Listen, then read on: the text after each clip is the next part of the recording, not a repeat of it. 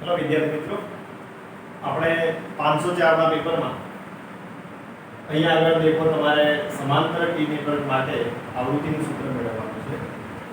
અહીંયા આગળ આપણે આગળ ભણી ગયા આગળના ધોરણોમાં કે સમાંતર માટે આપણે કઈ રીતે જોડાણ લેતા ઇન્ડક્ટર માટે અને કેપેસિટર માટે એ પછી જોઈએ આપણે. અહીંયા આગળ તમારે ટી માટેનું સમાંતર આવૃત્તિ છે. તો દેખો અહીંયા આગળ ટી નું એક જોડાણ છે એટલે કે બે કેપેસિટર છે અને એક રેઝિસ્ટર છે. એવી રીતે અહીંયા બે રેઝિસ્ટર છે અને કેપેસિટર વાળું એક જોડાણ સમતુલ્ય સમાંતર જોડાણ છે. આ જોડાણને આપણે આ રીતે ગોઠવીએ કે ધારો કે અહીંયા ઇનપુટની અંદર આને કન્વર્ટ કરી અને આ રીતનું પાઈ નેટવર્ક બનાવીએ. ટી ને આપણે રૂપાંતર કરી પાઈ નેટવર્ક બનાવીએ તો અહીંયા આગળ શું થશે? તો જુઓ Z1 એ Z1B અને Z1C એવી રીતે બીજું એક બનશે અને બીજા માટે તમારે બનશે Z2A Z2B Z2C. આપણે બે બનાવીએ. પહેલું આ લઈએ અને બીજું આ લઈએ, બરાબર છે. આને નામ આપીએ આપણે A. આ જે છે એને નામ આપીએ, આને આપીએ B. એટલે કે તમને નામ માટે આપણે સર્કિટના નામ આપ્યા છે. કે આ જે A સર્કિટ વાળો T છે એને આપણે આના રૂપાંતરિત કરીએ, આ B ભાગ છે એને આપણે આ રીતે રૂપાંતરિત કરીએ. તો તમે જાણો છો કે અવરોધ માટે તમારે ZR ની જો તમે ઇમ્પેડન્સ ની જો વેલ્યુ લો તો રેઝિસ્ટર માટે R જ રહેશે. ZL એટલે કે ઇન્ડક્ટર માટે ઇમ્પેડન્સ હોય તો J ઓમેગા L આવશે, જ્યાં XL પણ તમે ડાયરેક્ટ બતાવી શકો છો ઇન્ડક્ટર માટે. અને જો તમારે કેપેસિટર આવે તો 1 J ઓમેગા C આવશે, જ્યાં J ઓમેગા C તમે લખી શકો ઉપર લેવું હોય તો અહીંયા J ઓમેગા I XC પણ લખી શકો. તો જે તમારે કહેવાય છે કેપેસિટર માટે. એટલે તમારે અવરોધ ઇન્ડક્ટર અને કેપેસિટર માટે તમારે આવી અલગ અલગ વેલ્યુ લેવાની છે. તો આગળ જોઈએ આપણે.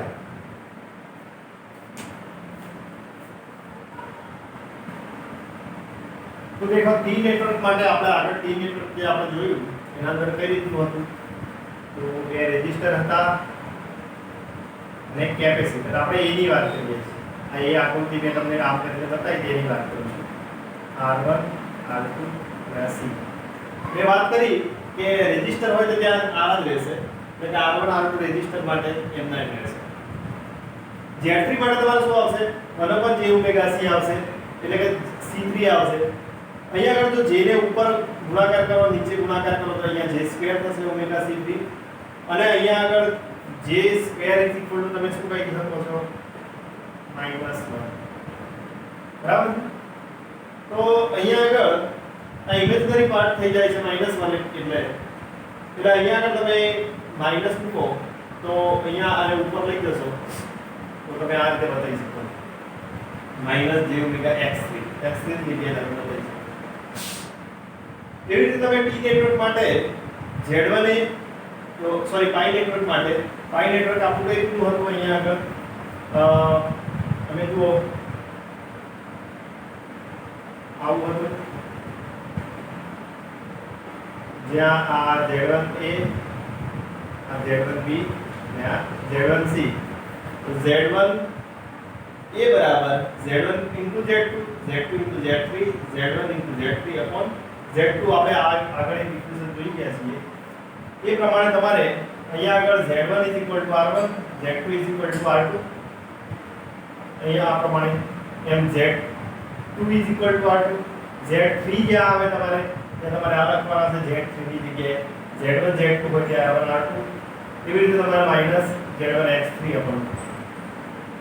આને થોડો ફેરફાર કરો એટલે માઈનસ થોડું પદ આ બદલાઈ ગયો એટલે R1 R2 થશે upon R2. અને R1 ને તમે R2 ને તમે કરતા બનાવો, બરાબર, આમાંથી કાઢો તો અહીંયા શું આવશે? R2. તો અહીંયા R2 ઉડી જશે અલગ કરશો એટલે તમને સમીકરણ Z1 એ બરાબર R1 - JX3 કૌંસમાં R2 R1 R2 તમને મળશે. આ તમને Z1 ની વેલ્યુ તમે સમીકરણ 1 ની અંદર મેં મૂકી શકો છો.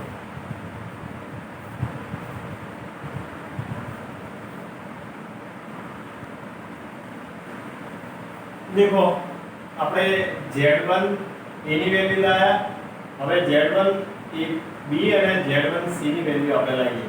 તો Z1 B ની વેલ્યુ તમને જાણો છો આગળના ઇક્વેશન પ્રમાણે Z1 Z2 Z2 Z3 Z1 Z3 Z2. Z1 ની જગ્યાએ R1, Z2 ની જગ્યાએ R2 અને જ્યાં Z3 દેખાય તમારે ત્યાં JX3 તમારે લખવાનું છે. તો એનો ઉકેલ તમને આ પ્રમાણે મળશે.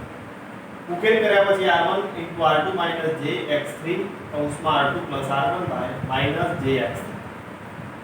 અહીંયા આગળ જે -jx3 છે જે આના સાથે મલ્ટીપ્લાય કરો અને આના સાથે મલ્ટીપ્લાય કરો તો તમને આ રીતે અલગ અલગ મળશે જોવા. તો આને આના સાથે મલ્ટીપ્લાય કરો તો r1 r2 -jx3 માઈનસ આ માઈનસ માઈનસ પ્લસ થઈ જશે તો jx3 r2 + r1 / jx3 આ jx3 ઉડી જશે અને આ પ્લસ થઈ જશે માઈનસ માઈનસ. તો અહીંયા આગળ z1b = jr1 r2 / x3 + r2 + r1 અને સમીકરણ નંબર 2 મળે છે. z1c ની વાત કરીએ તો z1c નું તમારે મૂલ્ય છે z1 z2 + z2 z3 + z1 z3 / z1. ખાલી એટલી વેલ્યુ બદલાશે. અહીંયા z1 હશે તો અહીંયા z1 હશે. અહીંયા z1 b છે તો અહીંયા કેટલા હશે અને a હશે તો 2 હશે. એ તમારે ખાલી વેલ્યુ બદલાવી છે.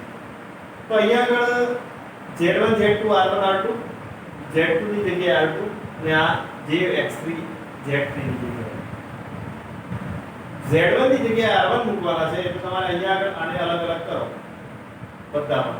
તો બધામાં અલગ અલગ કર્યા પછી તમને r1 r2 - jx3 r1 + r2 r1 આના સાથે મલ્ટીપ્લાય કરો આના સાથે r1 r1 નીકળી જશે. અહીંયા આગળ આના સાથે મલ્ટીપ્લાય થશે જેના કારણે તમને z1c = r2 - jx3 / r1 r1 + r2 તમને મળે છે. અહીંયા આગળ z1b મળે છે. તો આ પ્રમાણે તમે z1a z1b z1c આ ત્રણ પાછળ તમે ઇમ્પિડન્સના મેળવી શકો છો. આગળ જોઈએ આપણે ફ્રીક્વન્સી શોધવા માટે.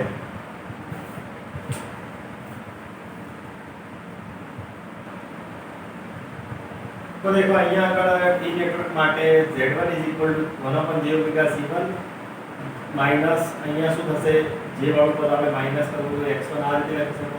x2 માટે તમે j x2 તમે લખી શકો છો અને z3 માટે તમે r3 કારણ કે આપણે જે ટી નેટવર્ક છે એના અંદર કઈ રીતનું છે તો પહેલા બે કેપેસિટર છે. પહેલા બે કેપેસિટર આવે છે અને પછી રેઝિસ્ટન્સ આવે છે. અને આગળની જે થિયરી જોઈએ એના અંદર અહીંયા આગળ બે રેઝિસ્ટન્સ આવતા અને અહીંયા આગળ કેપેસિટર આવતું. અહીંયા બે રેઝિસ્ટર અને અહીંયા એક કેપેસિટર. તો અહીંયા આગળ હવે આના માટે આપણે જોઈએ તો તમારે આવું સમીકરણ થશે. હવે ફરીથી Z2a માટે પહેલા Z1 એ હતું હવે Z2a માટે Z1 Z2 Z2 Z3 Z1 Z3 આ ઇક્વેશન છે. જ્યાં તમારે Z1 હોય ત્યાં મૂકવાના Z2 હોય ત્યાં મૂકવાના Z3 હોય ત્યાં આ મૂકવાના છે. તમારે આવું સમીકરણ થશે. આ સમીકરણ થયા પછી તમને આવી વેલ્યુ મળશે. આ વેલ્યુ મળશે એટલે કે Z2a બરાબર મળે છે -jx1 r3 x1 + x2 / x2 તમને મળે છે. હવે તમારે બીજી કઈ વેલ્યુ ફાઇન્ડ કરવાની છે તો Z2b અને Z2c આપણે Z1a Z1b અને Z1c તો આપણે સાબિત થઈ ગયા અત્યાર સુધી. આપણે આજે આ ત્રણ બાકી છે. આ બે બાકી છે. આ એક થઈ ગયો બરાબર. તો આ બે આપણે જોઈએ.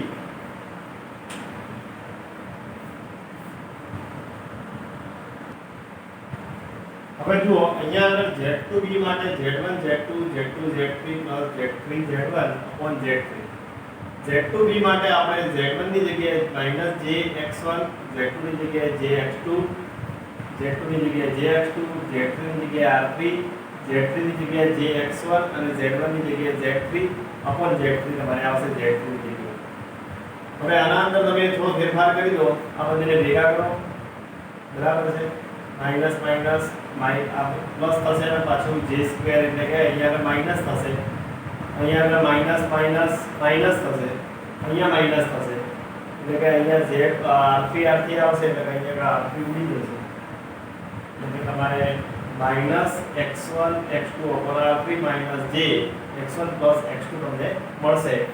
એવી રીતે આપણે અહીંયા Z2c માટે Z1 Z2 + Z2 + Z3 Z3 * Z1 / Z1 તમને જો હોય વેલ્યુ તો અહીંયા આગળ તમારે વેલ્યુ થશે Z1 ની જગ્યાએ -jx1 Z2 ની જગ્યાએ -jx2 Z3 ની જગ્યાએ zx2 Z3 ની જગ્યાએ r3 Z3 ની જગ્યાએ r3 Z1 ની જગ્યાએ -jx1 Z1 ની જગ્યાએ -jx1 તમને મળશે. આને આના સાથે મલ્ટીપ્લાય કરો અને અને આને આના સાથે મલ્ટીપ્લાય કરશો ત્યારે તમને આવી વેલ્યુ મળશે. આ માઈનસ માઈનસ પ્લસ થઈ જશે. આને જો તમે ઉપર લઈ જશો તો પાછું માઈનસ થશે. આ માઈનસ માઈનસ પ્લસ થઈ ગયા. હવે જો આ જે ઉડી જતા હોય આમાં માઈનસ માઈનસ પ્લસ થઈ ગયા તો અહીંયા આગળ r3 x1 x2 x1 તમને આવી વેલ્યુ મળે છે. તો તમે z2a z2b અને z2c આ ત્રણ વેલ્યુ તમને મળી ગઈ છે. આપણે ટોટલ કેટલી વેલ્યુ લાયા?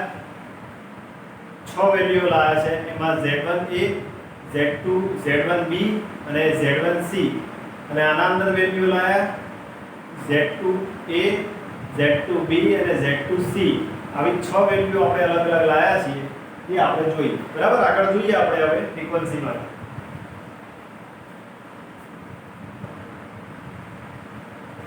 તો દેખો આપણે એક કન્ડિશન લઈએ છે 1/z1 આ બંનેનો સમાંતર લઈ લઈએ એટલે કે z1 એ z2 એનો સમાંતર લઈ લઈએ. બીજી વખત આપણે લઈએ z2 z1b અને z2b લઈએ. પછી લઈએ z1c અને z2c. આપણે 1/z1 1/zb 1/zc આપણે એના સમાંતર સમતુલ્ય આપણે બધાના લાવી za zb zc આપણે સાબિત કરવાનું છે. તો z1 એ આપણે શોધ્યા, z2b શોધ્યા, એ શોધ્યા. એ બધાને શોધેલા છે એને અહીંયા આગળ મૂકી દેવાના છે. આપણે z1a ની કિંમત મૂકી, z2a ની કિંમત મૂકી, z1a ની કિંમત મૂકી પ્લસ z2a ની કિંમત મૂકી. આ જે તમને કિંમત મળે છે એ કિંમતને તમારે થોડું આઉટ ક્લાસિફાઈ કરી અને અહીંયા આગળ પાર્ટ પાડવાનો છે કે આ પાર્ટ જે છે એ રિયલ પાર્ટ છે અને આ જે g વાળો પાર્ટ છે ઇમેજનરી પાર્ટ છે જેને આપણે ઇમેજિન કરેલું છે એની વેલ્યુ કાલ્પનિક છે. બરાબર, તો આગળ જોઈએ આપણે કેવી રીતે z2 zb અને zc માટે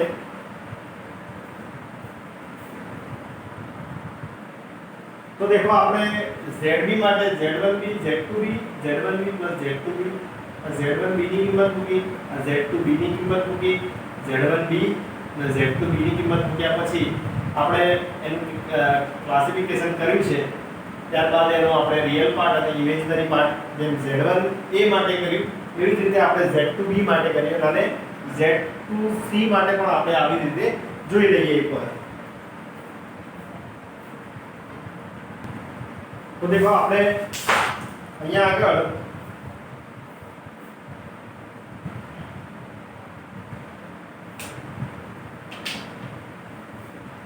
zc માટે z1c z2c z1c z2c zc ની વેલ્યુ આપણે શોધીએ. તો z1c બરાબર અહીંયા આગળ વેલ્યુ મૂકી છે, z2c ની વેલ્યુ અહીંયા મૂકેલી છે, z1c z2c આપણે પ્લસ વેલ્યુ કરી એનું ક્લાસિફિકેશન કર્યા પછી રિયલ પાર્ટ અને ઇમેજનરી પાર્ટ આપણે શોધ્યા છે. આપણે z1 એ z1 za zb અને zc ત્રણની વેલ્યુ શોધી નાખી છે આપણે. હવે આપણે એની ફ્રીક્વન્સી નું મૂલ્ય લઈએ.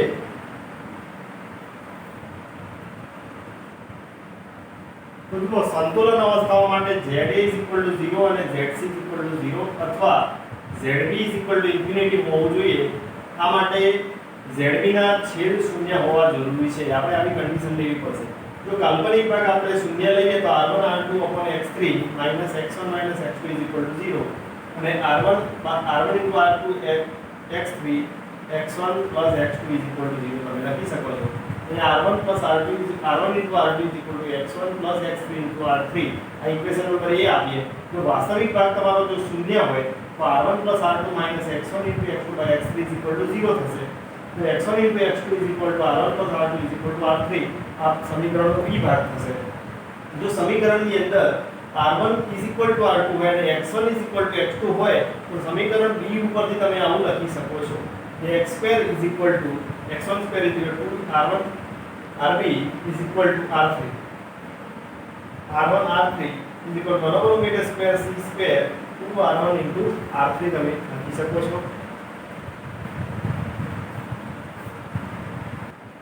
તો દેખો સમીકરણની અંદર omega square 1/2 r1 r3 c1 આના અંદર ઓમેગા ખાલી લખીએ તો આના અંદર આખામાં વર્ગમૂળ લાગશે. સ્ક્વેર નીકળી જશે એટલે સી રહેશે.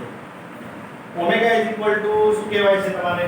ઓમેગા 2πf આના અંદરથી f ને કરતા બનાવો તો 1/2 પાઈ √2 r1 r3 c1 equation a પરથી r1 સ્ક્વેર x1 x3 તો r1 સ્ક્વેર 2 x1 ની જગ્યાએ 1/2 omega c1 x3 1/2 omega c3 આના અંદર r1 સ્ક્વેર કરો તો તમારે આ પ્રમાણે આના અંદર આવશે ઓમેગા સ્ક્વેર થઈ જશે ઓમેગા એટલે c1 c3 થશે અહીંયા આપણો ઓમેગા સ્ક્વેર તમે વર્ગમૂળ કરી દો તો અહીંયા આગળ ઓમેગા 2 પાઈ f થશે f તમે આવી વેલ્યુ લખી શકો કે f તમારે ફ્રીક્વન્સી છે 1/2 પાઈ √2 c1 c3 r1 સ્ક્વેર આ આપણી ફ્રીક્વન્સી મળે છે જે આપણા ભાગ્યા મુજબની હોય છે બરાબર છે તો આ પ્રમાણે આપણે થિયરી જોઈ